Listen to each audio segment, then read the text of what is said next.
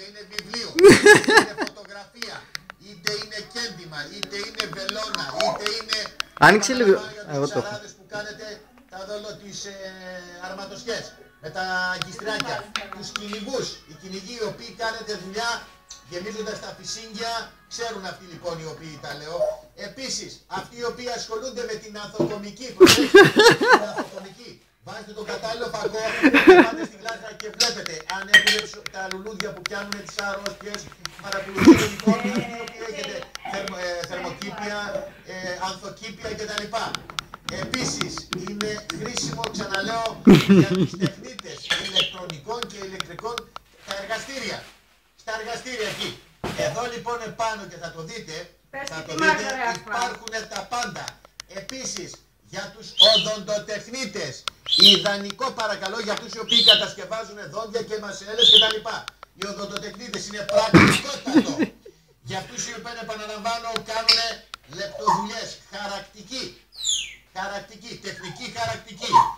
Επίσης, για κυρίες και μικρές και μεγάλες, οι οποίες ασχολούνται, ξαναλέω, με τη γαζωτική θεραπευτική, με τους πιτσιρικάδες οι οποίοι ασχολούνται με τις συναρμολογήσεις μικρών ή μεγάλων συναρμολογήσεων από το, πες το, αυτό που λέγεται, τα μικρομοντελάκια που συναρμολογούν. Όλοι λοιπόν αυτοί οι οποίοι θέλουν το τόσο να το κάνουν τόσο να το μεγαλύνουν, με το σούπερ καπέλο λοιπόν, και φυσικά για να το βοηθάει την ώρα της εργασίας, ακόμη μέρα ή νύχτα, θα φορέσετε λοιπόν αυτό το καπέλο και θα κάνετε ό,τι δουλειά δεν μπορεί να κάνει το γυμνό μάτι, με το σούπερ μεγαλύτερο που διαθέτει, 4 στο σύνολο. Πέστε μου παρακαλώ.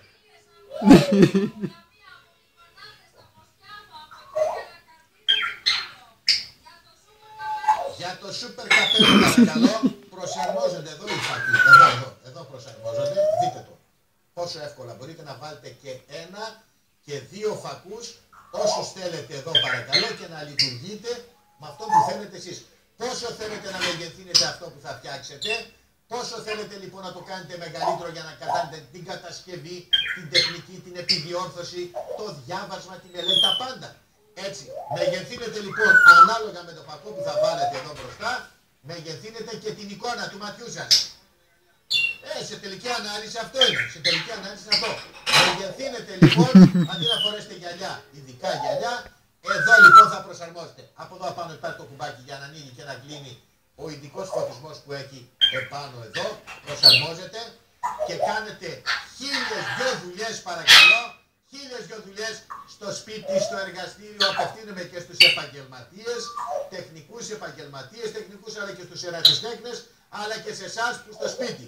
Και τον παππού και τη γιαγιά και τον νεαρό και το παιδί σας και εσάς και το σκύλο. Που θέλετε να κάνετε κάποια λεπτοδουλειά, μικροδουλειά και δεν μπορείτε να την κάνετε παρακαλώ γιατί πού να δείτε. Με το σούπερ καπέλο λοιπόν αυτό, με το μεγεθυντή εικόνας, γιατί αυτό κάνει, μεγεθύνει όσο θέλετε την εικόνα παρακαλώ. Την εικόνα ή το εξάρτημα που θέλετε, το ρολόι σας, το κινητό σας,